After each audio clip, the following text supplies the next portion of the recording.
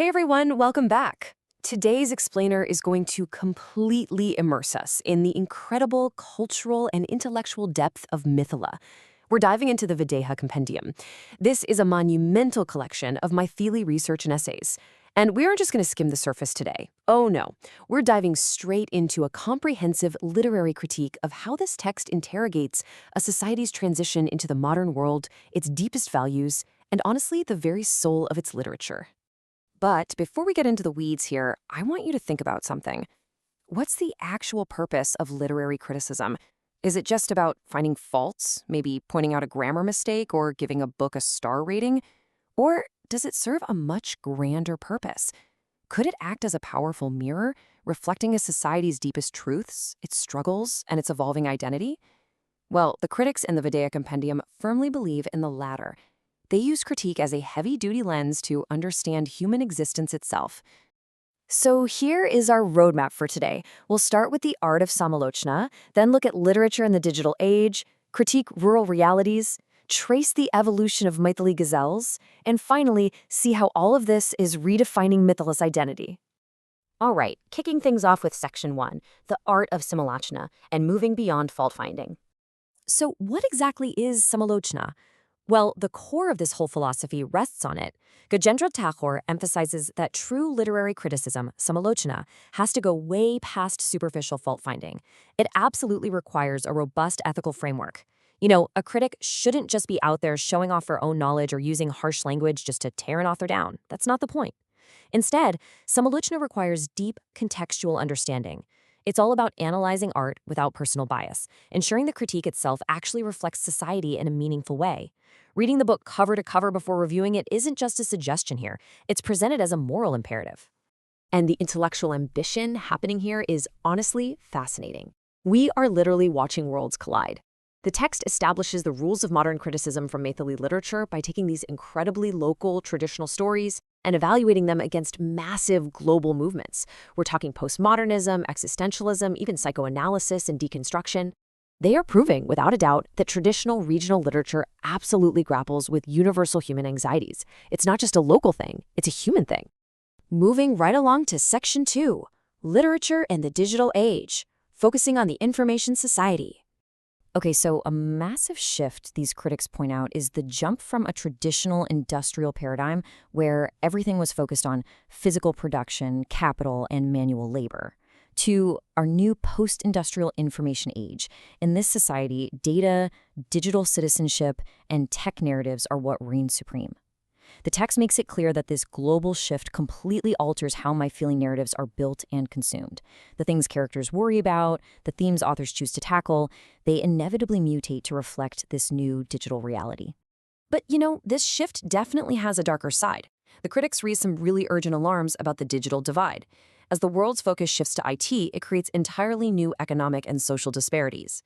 For regional literature like Maithili, it poses a terrifying question about the actual survival of their cultural identity. Think about it. If a language doesn't adopt new technical platforms, does its literature just fade away? The critics argue that this divide threatens traditional human values, demanding that literature either adapt and document these modern struggles or seriously risk becoming completely obsolete. That brings us to Section 3, Critiquing Rural Realities, specifically looking at the world of Gamak Jindiki. What the critics absolutely love about Jagdish Prasad Mandal's work here is how he flat-out refuses to romanticize the village. There is a very stark contrast between the idealized, nostalgic memory of rural life and its harsh, ground-level reality. That contrast is the beating heart of these stories. The critics point out how this collection meticulously documents the deep generational divides that are currently fracturing rural Mithila. It's an uncomfortable truth, but a necessary one. Let's actually break down these conflicting mindsets, just like the critics did. It's like a giant puzzle. You've got Generation 1 on one side, deeply tied to village culture, incredibly resilient through natural disasters, and they highly value traditional assets like land and local knowledge. Then you've got Generation 2. They feel totally alienated from those rural roots. To them, village life isn't romantic at all, it's hopelessly difficult. It's a place of constant struggle where traditional assets just feel useless against modern economic demands. This is the core conflict, tearing at the fabric of these rural narratives. And this dynamic right here, it ties beautifully back to what we were saying about Samalochna earlier. The critics aren't just giving us a plot summary. They are deeply analyzing the socioeconomic realities and shifting family dynamics. They're confronting how modern alienation crashes headfirst into traditional values. The critique highlights the real pain of this transition, noting that stories like Mandal's are vital sociological documents. They aren't just for entertainment, they are a record of a society in flux. But here's the thing, despite all that alienation and hardship, there is this incredible undercurrent the critics identify. Just listen to this quote from the stories.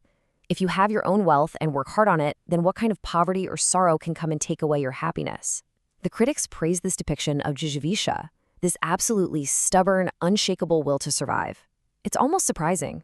Amidst such bleakness, the characters have this defiant life force that simply refuses to be extinguished. It's really powerful. Okay, shifting gears a bit for Section 4, the evolution of Maithili ghazals and poetry in transition. I want to just slow down for a second here, really think about this observation from the critics about the emotional and linguistic texture of modern poetry. They say, the Maithili ghazal is constantly growing in the fruitful soil obtained from the fields. They recognize that the poetic form isn't just frozen in time. It's drawing its strength, its very evolution, directly from the grounded, real-world experiences of the region. It's alive. Specifically, critic Ashish Ani Chahar points out something really interesting. He imparts a very clear, impartial view that modern Maithili ghazals have totally shed their old, obscure layers. They've evolved from being overly complex and incomprehensible to delivering clear, hard-hitting cultural truths. They aren't hiding behind convoluted language anymore. They're directly addressing the poignant, often difficult realities of modern Maithili life. And finally, we arrive at Section 5, redefining Maithili's identity, looking at a literature of reform. Now, these critics do not pull their punches. They are highlighting some deeply rooted social ailments that this literature is actively trying to fix. We're talking about confronting the harsh realities of casteism and untouchability. The literature is shining a massive spotlight on extreme poverty and starvation. It's exposing the exploitation by modern feudalism, and it's passionately championing women's rights in education. This comprehensive critique shows us that Maithili literature is literally on the front lines of social change. Which brings us to this incredibly bold takeaway from the text. The Videha Maithili literature movement washed away the stigma of casteism. Now, whether society has completely caught up to that ideal is one thing, but the critics make it abundantly clear the literature is actively putting in the work. It is consciously trying to strip away historical biases to forge a brand new progressive regional identity that is inclusive and looking toward the future. You can actually see this whole mission perfectly captured in the Videha Compendium's emblem itself. It symbolizes this incredibly delicate balancing act these writers and critics are pulling off. They are so deeply rooted in ancient Maithili traditions, yet they are ruthlessly applying modern, progressive analysis to their own culture. It's a literature of reform that completely respects its origins while demanding a much better future. So that leaves us with a really big thought to chew on.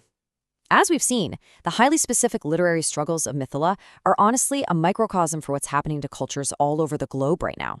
So I want to ask you, how does your own local literature reflect the survival of culture in the digital age? Are your regional stories adapting? Are they confronting uncomfortable truths and fighting for a modernized identity, just like the writers in the Videha movement? Thank you so much for exploring this fascinating literary landscape with me today. Keep reading, keep analyzing, and I'll see you in the next explainer.